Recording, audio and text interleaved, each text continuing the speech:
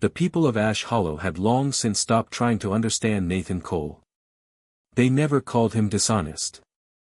They never claimed he was cruel. In fact, no one could remember a single time he had broken his word or cheated another rancher. What they whispered instead, over coffee in the general store and after Sunday church services, was that something inside him had died years ago. They said he had become a man who trusted horses more than people and silence more than conversation. Nathan owned the largest horse ranch within 50 miles. His fences were always repaired before anyone else's. His workers were paid on time. Travelers who lost their way were offered water and a place to rest. Yet when the day's work ended, he returned to his house alone, lit a single lantern, and ate his supper without speaking a word. That was the man everyone believed they knew. What none of them knew was how lonely that silence truly was. Nearly 900 miles away, in the small farming town of Willow Bend, 25-year-old Clara Bennett folded another newspaper and stared out the kitchen window. Rain tapped softly against the glass while her sister-in-law complained from the next room about unpaid bills and another mouth to feed. Since her husband had died of pneumonia 18 months earlier, Clara had become little more than unpaid labor in his family's home. Every sunrise began with chores. Every sunset ended with criticism. She had nowhere else to go, no parents still living, and barely $20 hidden inside a cloth purse beneath her bed. That evening, while reading the newspaper one final time before throwing it into the stove, a small advertisement caught her attention. Respectable ranch owner seeks an honest woman willing to build a home together. Wealth is not required. Good character is. Only sincere replies will be answered. The notice was signed simply. Nathan Cole, Ash Hollow Territory. There were no promises of romance. No grand declarations. Only honesty. For reasons Clara couldn't fully explain, that simple honesty felt safer than all the beautiful lies she had heard over the last 2 years. She borrowed a sheet of paper from the schoolteacher next door and spent nearly an hour staring at the blank page before writing her first sentence. She didn't pretend to be cheerful. She didn't claim to be beautiful. Instead, she told the truth. She wrote that she had managed household accounts, cooked for large families, cared for livestock, and worked from dawn until night without complaint. She admitted she was a widow searching not for rescue, but for the chance to begin again somewhere no one already knew her story. She mailed the letter the following morning. 10 days passed without an answer. Then, just as she began believing the letter had been forgotten, the postmaster handed her an envelope addressed in firm, careful handwriting. Nathan's reply was surprisingly short. He thanked her for her honesty. He asked thoughtful questions instead of making promises. And before ending the letter, he wrote a single sentence that Clara read 3 separate times. A peaceful home is built by truthful people, not perfect ones. Over the next month, they exchanged 4 more letters. Each revealed a little more than the last. Nathan admitted the people of Ash Hollow rarely welcome strangers. Clara confessed she feared beginning life again more than she feared hard work. Neither tried to impress the other. They simply wrote the truth. By the middle of October, Nathan's final letter arrived.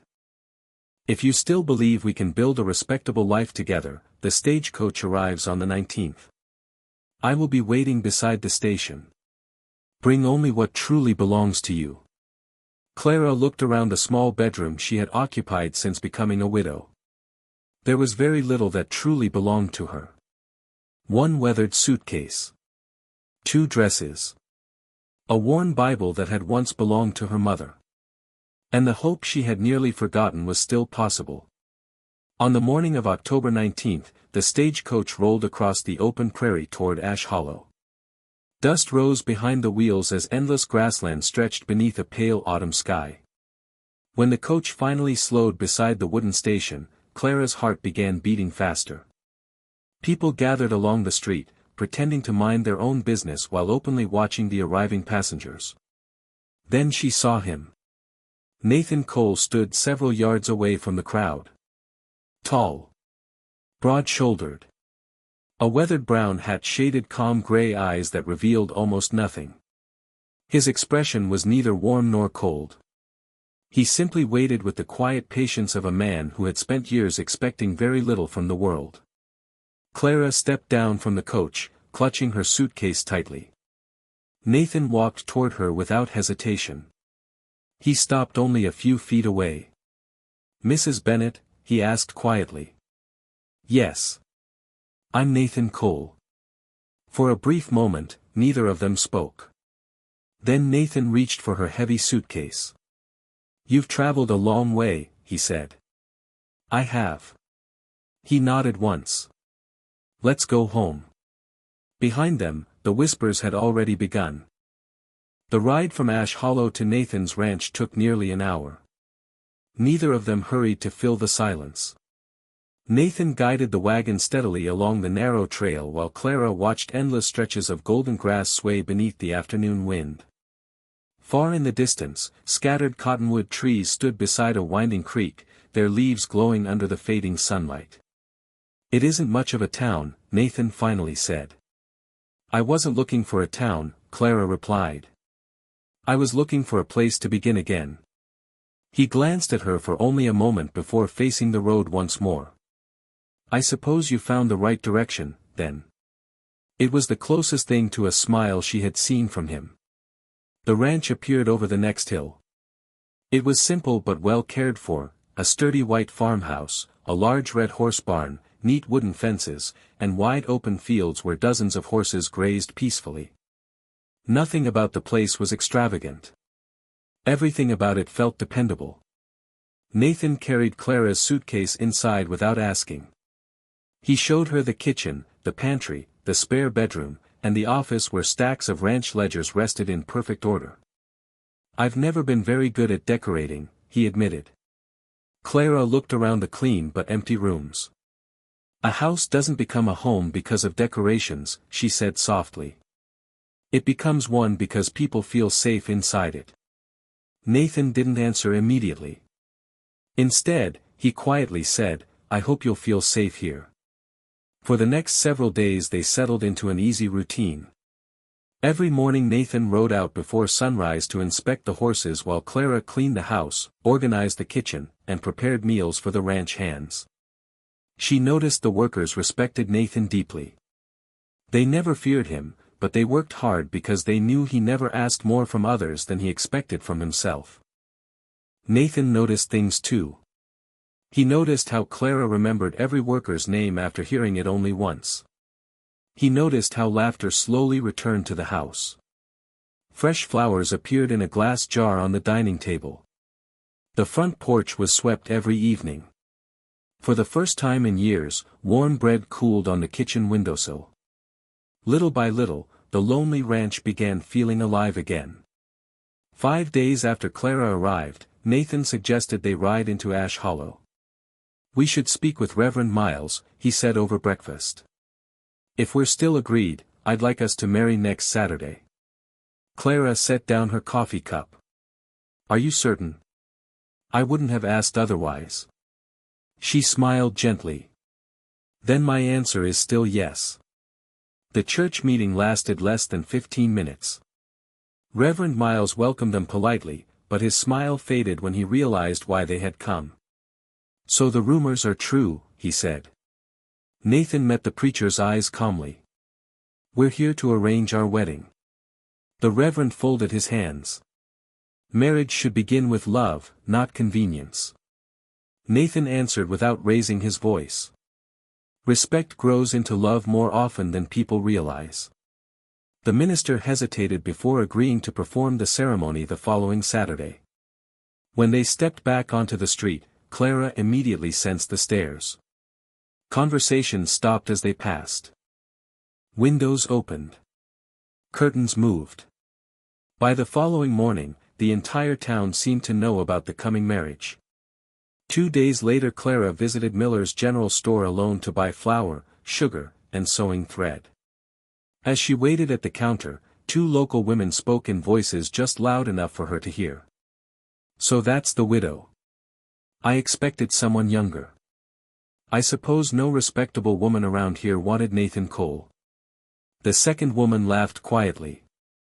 Maybe lonely people don't have the luxury of choosing.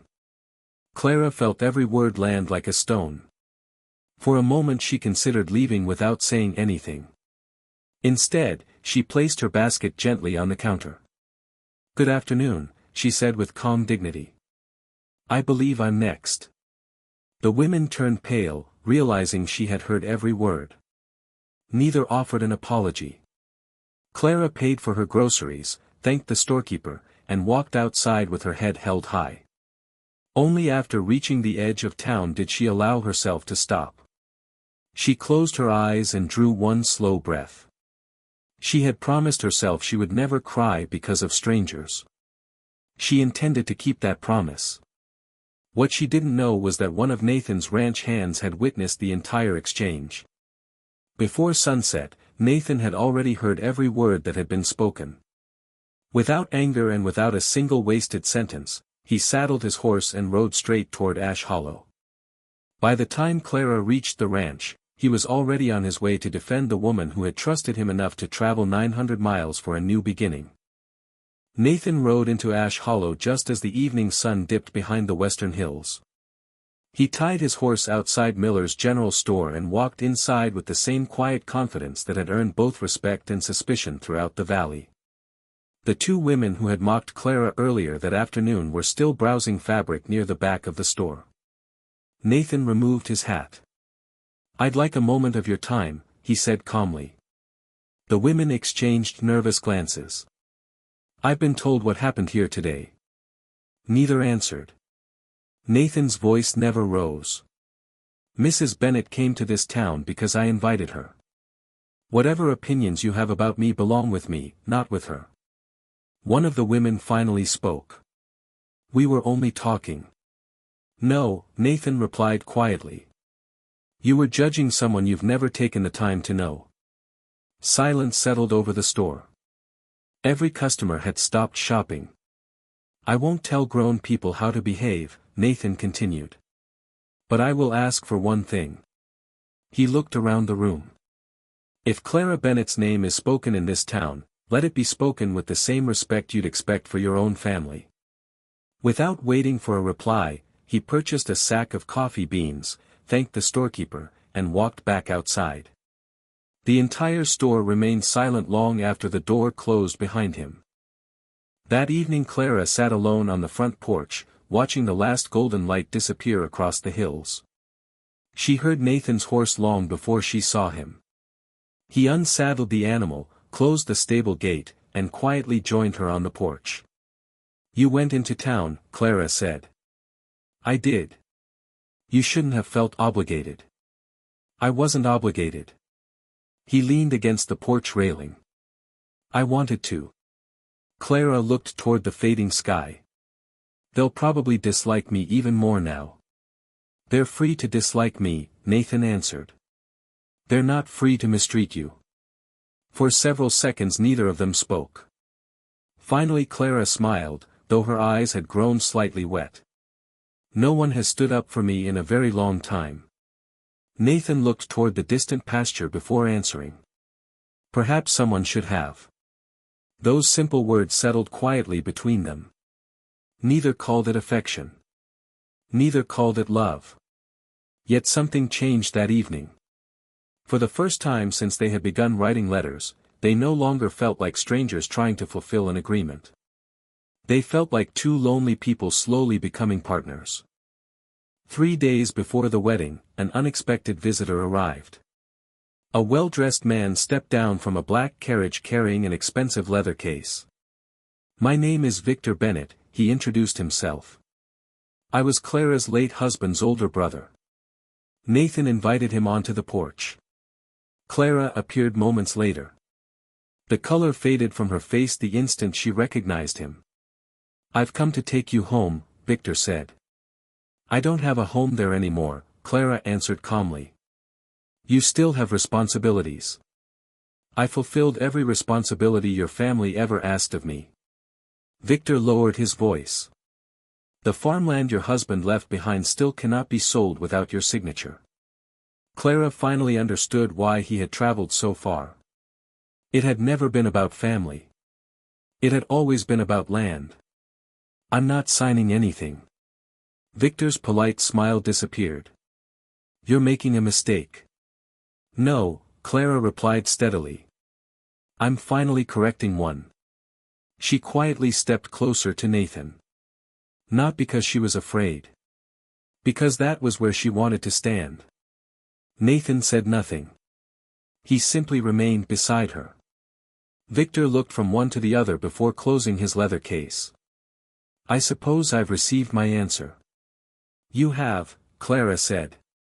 He climbed back into his carriage and disappeared down the dusty road without another word. The following morning brought another problem. Before sunrise, one of the ranch hands burst into the house. "Mr. Cole." Nathan stepped outside. "What is it?" "Someone cut the north pasture fence during the night. Several prized horses had escaped. Fresh wagon tracks led toward the nearby hills." Nathan immediately organized a search. For hours the ranch hands followed the tracks across rocky ground until they discovered the missing horses hidden inside an abandoned canyon. The sheriff arrived shortly afterward. After questioning several witnesses, he uncovered the truth. Victor Bennett had secretly hired 2 drifters to steal the horses. His plan had been simple. Create enough trouble to delay the wedding.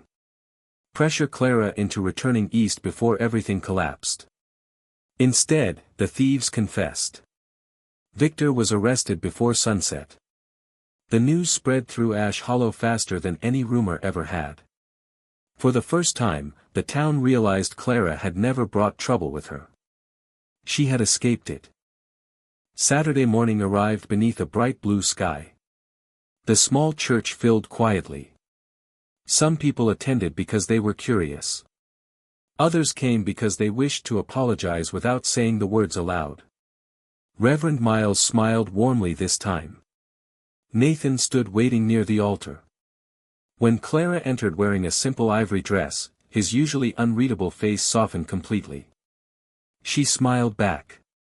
No fear remained. Only certainty. The ceremony was short. There were no grand speeches. No expensive decorations. Only 2 honest people making honest promises. When Nathan gently slipped the silver wedding band onto Clara's finger, she realized the future she had once believed impossible was now standing beside her. Months passed. The ranch prospered. Neighbors slowly began stopping by for coffee. Children laughed in the front yard. The lonely house that had once echoed with silence became filled with conversation and warmth.